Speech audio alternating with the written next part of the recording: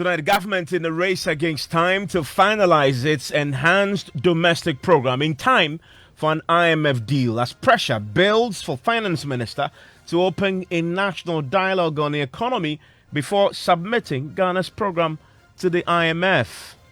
There's a blueprint. When we had difficulties in 2015, we did that. And everybody saw the outcome of that intervention. But we have a president who has lost complete touch with the reality.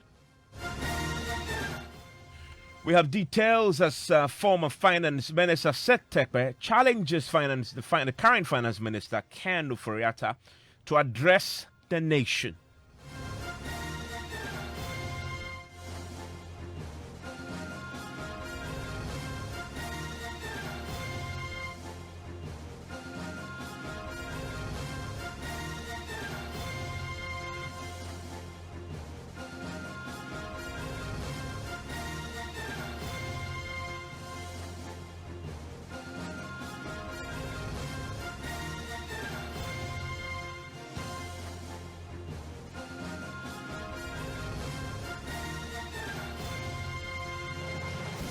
And Top Story is always brought to you by Vodafone and Trellador, Africa's strongest burglar proofing.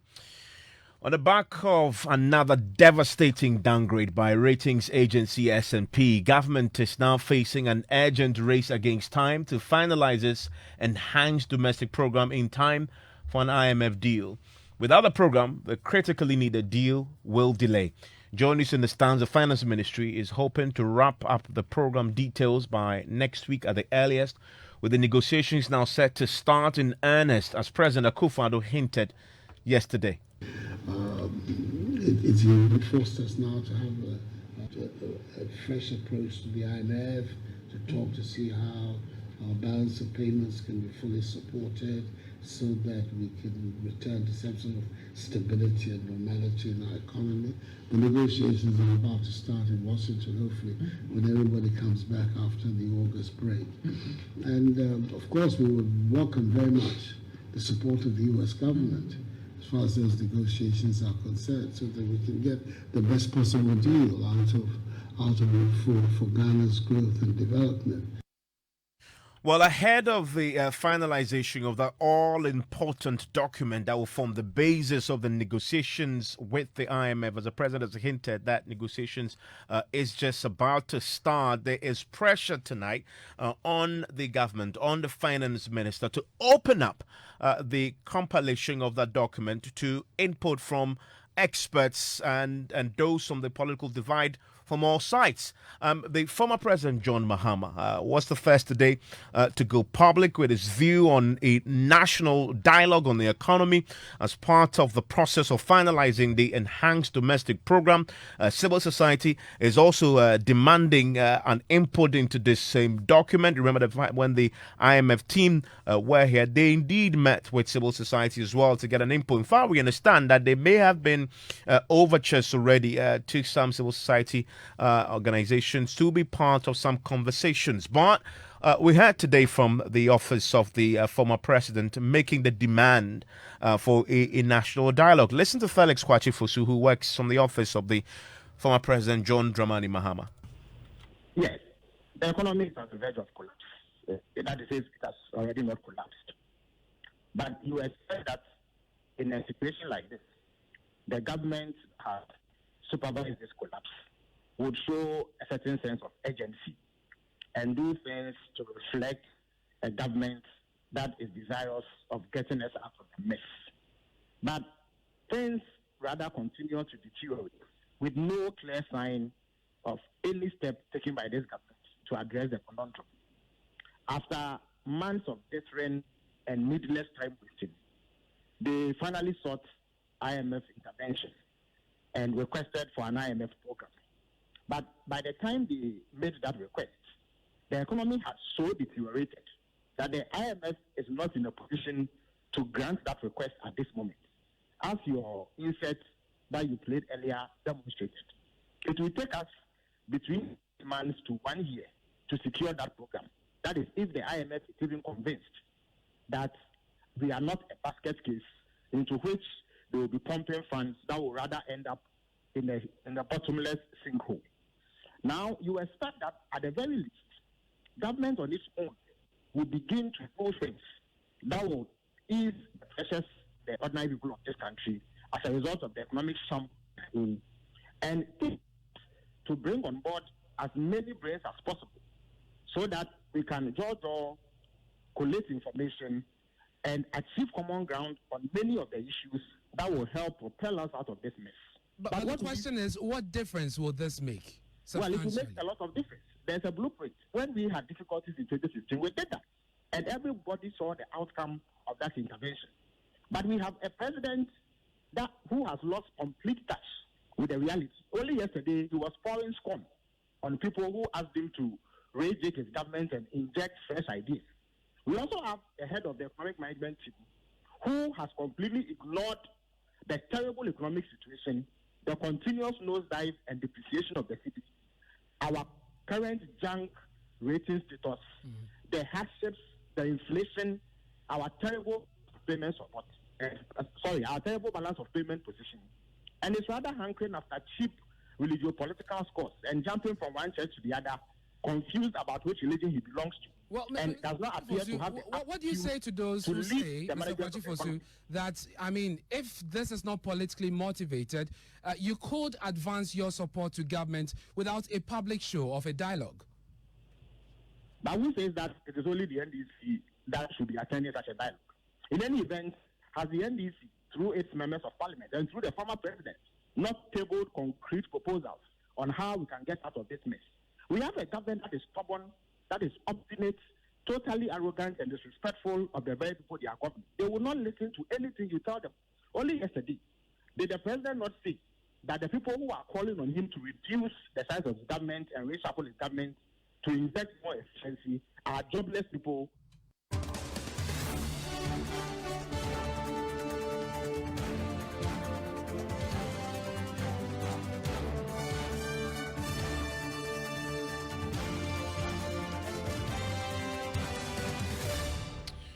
Well, today, former Finance Minister Seth Terkper is also challenging his successor, Ken Ofori-Atta, to address the nation through Parliament with a realistic and sober policy statement on how the government intends to tackle the challenges facing the economy. He's speaking to the graphic today. He said that that statement must give Ghanaians a true state of the economy as a way of managing expectations and preparing the citizens for tough decisions ahead.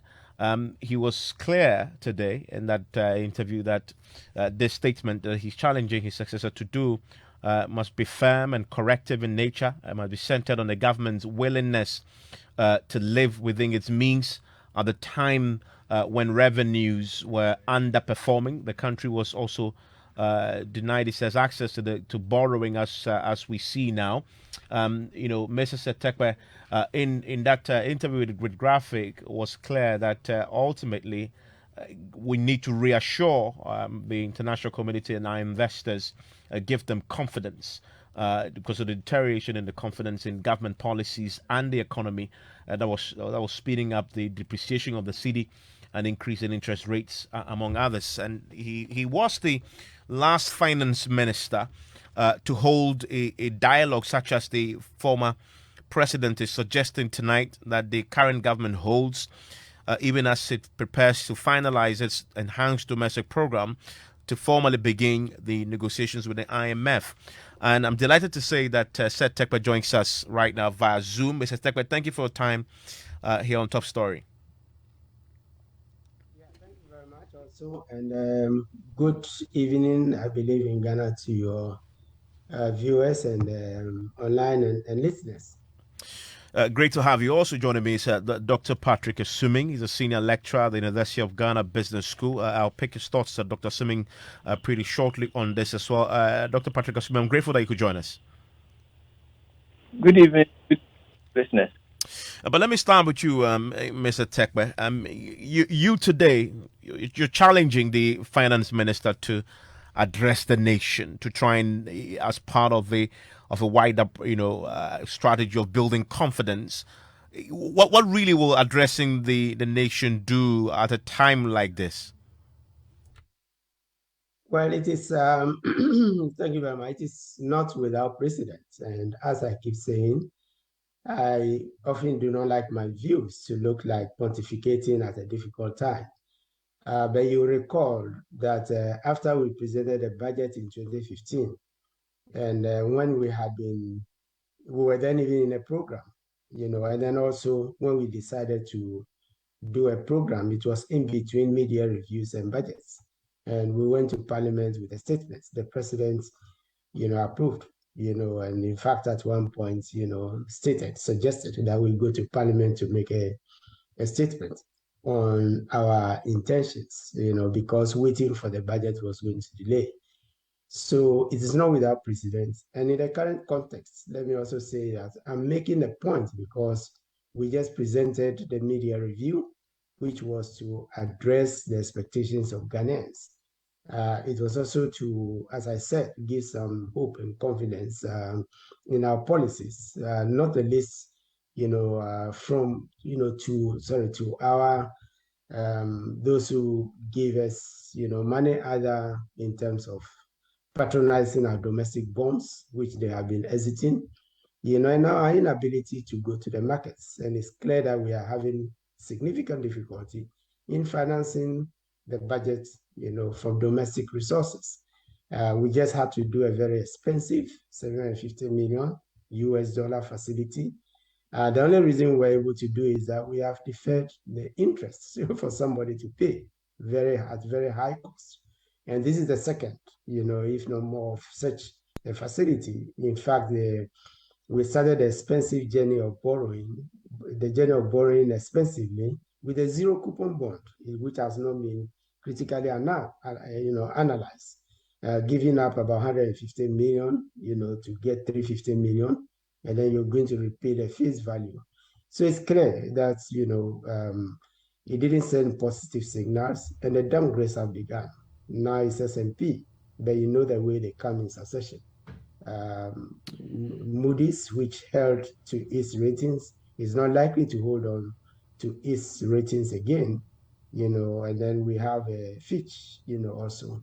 And so in succession, probably before the next budget, we could. So I've suggested that, a way out now is if government says that they have an enhanced, program, which they have been mentioning, which if it was what was presented in the media, it didn't satisfy anybody.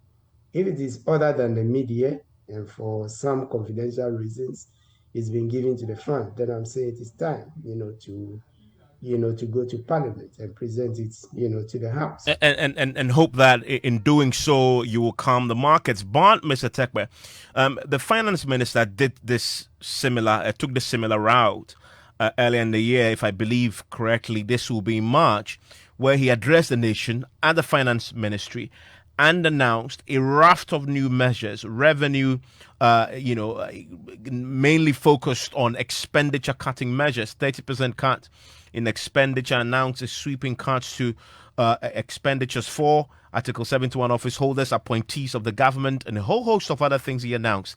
It didn't do much to calm the markets and change the trajectory this country has been on economically.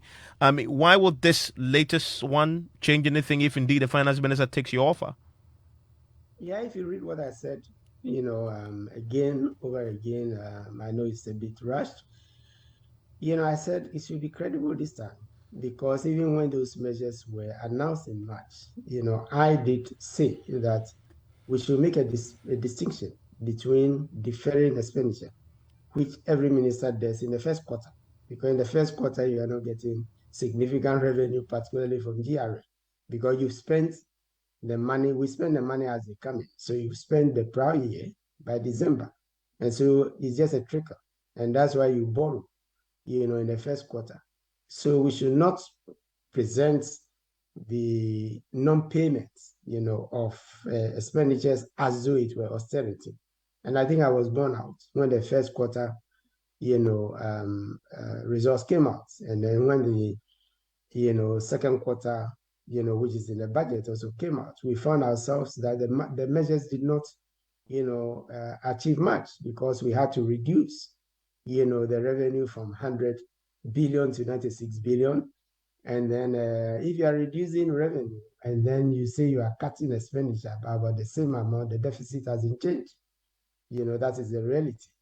And that is what the markets are reading. So I am not asking for a repetition, because when the media review was said, especially the portion that said we were not going to review the legacy, expenditures, free SHS, and some of the, the big ones, we should make bold.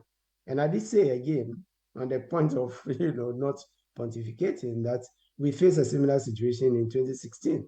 And we had to, when crude oil prices fell in 2015, and we had to suspend flagship, projects like the e-schools. You bear me out. We're going to do 200 schools. We said, well, we couldn't. We faced the nation and said we couldn't. Again, we went to parliament. And President Mahama said it, while it's on the campaign trail, that we would not do 200 schools. We could do maybe 140, 150. Even that, we said we would look to Tenfield and Sankofa coming on stream and stabilizing the economy from 2017. So we ended up with just about 60 or 80 of, of those schools, some of them uncompleted. So, Evans, the difference is something substantive. Okay, so come with a more credible blueprint. But let me ask you, talking about blueprint, the government is in the process currently of finalizing what they call the Enhanced Domestic Program, which is going to be the base document for negotiations with the IMF. The president announced yesterday, that the negotiation should begin next week. The former president, who you served as a finance minister, today is pushing for a national dialogue ahead of the finalization of that document. This is something you did in 2014 at the Century meetings to sort of get some consensus in putting together a domestic program. How much of a difference did it make then in 2014 to your ability to get a program and to turn the economy around? Let me put one or two things in context. Yes, it made a difference. And let me also state that, if you recall, we were then on the path of doing a homegrown policy, which I, was pushing very hard. And in between that, we were then going to see discuss with the fund a PSI, what we call a policy support instrument. You will recall that it was even said, and I'm smiling at this because it was said on, somewhere even headlines, that I personally was opposed to going to the IMF. So yes, there's a point in which were you opposed to going to the IMF? Just to clarify, were you opposed to that going to? No, I wasn't opposed to going to the IMF. I wanted us to do another program, which Rwanda, Kenya, and some African countries, South Africa, which is a middle-income country, were experimenting at the time.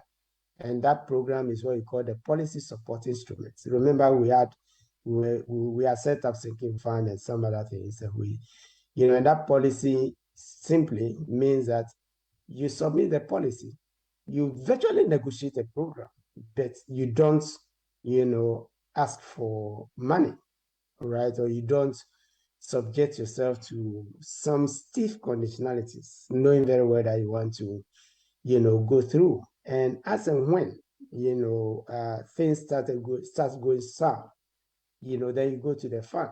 It's similar to a standby. So in between a full program, which we thought was progressive, which I would recommend in future when they stabilize as maybe the way forward. So it wasn't absolute, but we had that discussion. But I think to put it simply, you overruled when it came to that approach, because what you ended up getting or what you ended up applying for was different from what you just described, correct?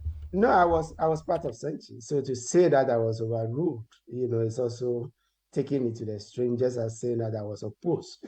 Because I was part of Century. If I was traveling, when I came back, I quickly joined the team and got my Ministry of Finance staff, together to work with NDPC at the time on the program, that was discussed, at Century, which then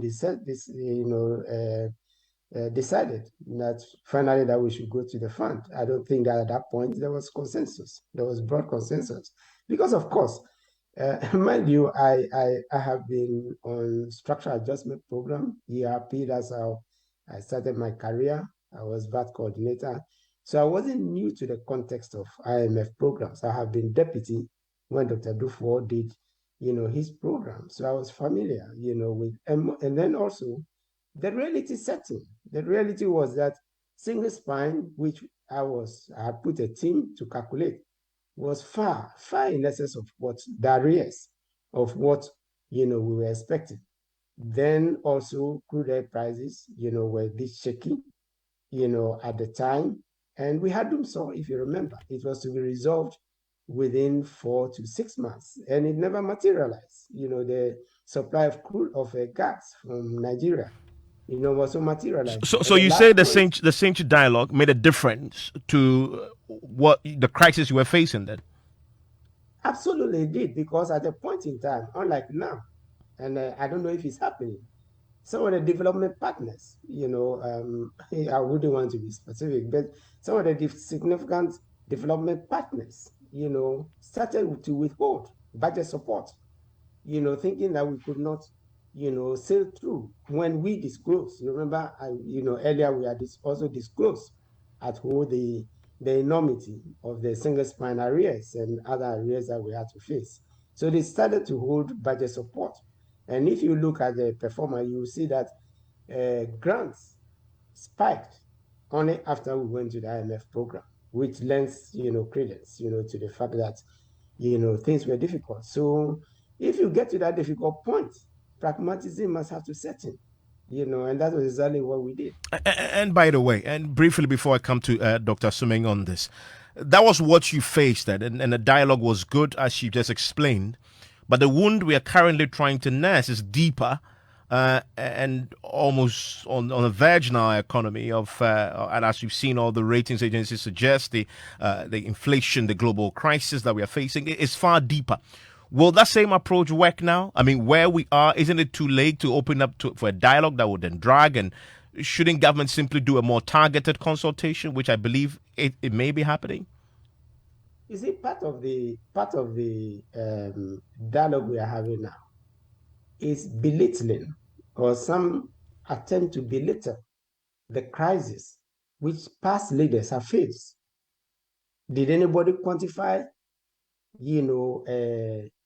the bushfires which President Rawlings, faced, the ravaging of our cocoa farms all over the country, and the effect on the economy?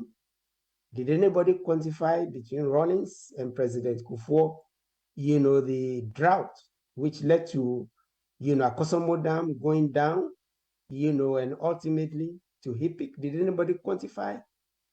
Are the costs, is the cost not in terms of what we got, from HIPIC, and had we not, taken account of those difficulties, or the global financial crisis, and which government got $6 billion US equivalent for one crisis? Yes, we have, and that is the point. So the narrative itself is also one, belittling past crisis, and secondly, pretending that there was no help for COVID compared to other crises. Did we get anything, from development partners or from the World Bank and others? Yes, we got some budget support, but was it specifically for, the lack of gas flowing from Nigeria? Is it less, as it's called a domestic shock? And as I said some time ago, Nigeria is not a region in Ghana, so if there's a problem there. So the point I'm making here is that we have faced, this deep crisis, and often we have gone to the front, because of crisis. I see. Thank you, Seth Terkper. Former finance minister, the last person to hold a similar dialogue. Dr. Patrick Assuming, do you agree that with the government in this process of finalizing this agreement, you agree with the suggestion that, backed by Seth Terkper, that it's time to now open up for a dialogue? Good evening again. I think that some form of broader consultation is definitely required. The IMF program that we are going to embark on is going to require some very tough decisions on both the revenue side and the expenditure side. And the government will need general buy-in of Ghanaians, because the measures will affect a wide section of society. You've already seen some section of some labor unions come out and make their positions clear in terms of what will not be accepted for countenance to go on the IMF program. So just for even the ease of implementing whatever will be agreed, I think it's important that government broadens its consultation. I suspect that some consultations are probably going on, but it's important that there's a wider section of society really understand the challenges we have, the possible alternatives within the IMF and outside of it available to us, so that we get a unified sort of something close to a consensus that this is what Ghanaians will accept, and then to make it easier for government to implement. At the moment, it appears that there's a bit of a connect between, what Ghanaians are expecting and what the direction of things are going to be going. So the suggestion from Mr. Seth Terkper is that once you have that document in place, you need to present it first to the Ghanaian people before you submit to the IMF. Is that what you think should happen too? I thought that the process of putting the document in place should have involved some form of consultation in the first place. I think, it's difficult to see how the government would have hurriedly put together a document and bring it to Ghanaians for approval. If you look at what we've gone through in the last 2 months, the finance ministry spent a long time telling us that we will not go to the IMF, and in a short space of time, they said that we are going to the IMF. So it appears that whatever document has been put together right now, unless maybe when they were telling us we will not go to the IMF, they were already doing their consultation. My suspicion is that whatever document is there wouldn't have seen the contribution of a broad range of experts in different fields. Therefore, it's going to be harder to just drop a document and say, this is where we are going to approve it. What form should this take? Should it take the Senchi example? Should it follow the Senchi example where bring everybody to a room for 2 days, let's dialogue, let's agree, and then let's put it in the document? Or, from what I understand, the approach government may take is a more targeted approach where you invite stakeholders in, you sit with them individually at various points, get their views, and input it into a final document. Which one are you leaning towards?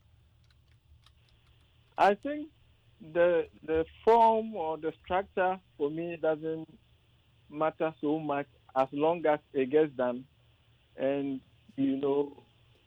there are honest discussions about the difficulties we have and the alternatives available to us, and there's a broad-based consensus. I think the difficulty with doing individual consultations is that, one group may be pushing in one direction and a different group may be pushing in that one direction.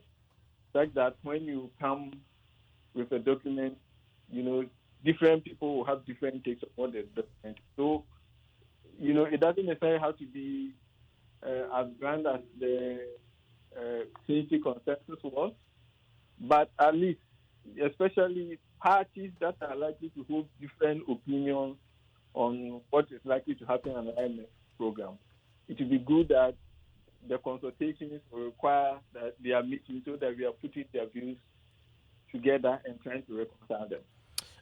Dr. Patrick Assuming, a senior lecturer at the University of Ghana Business School, what's your own take on this? Do you want to have a say in that final document that the government puts before the IMF, and what form do you want to see that happen? Let's hear from you, 055-11-11997.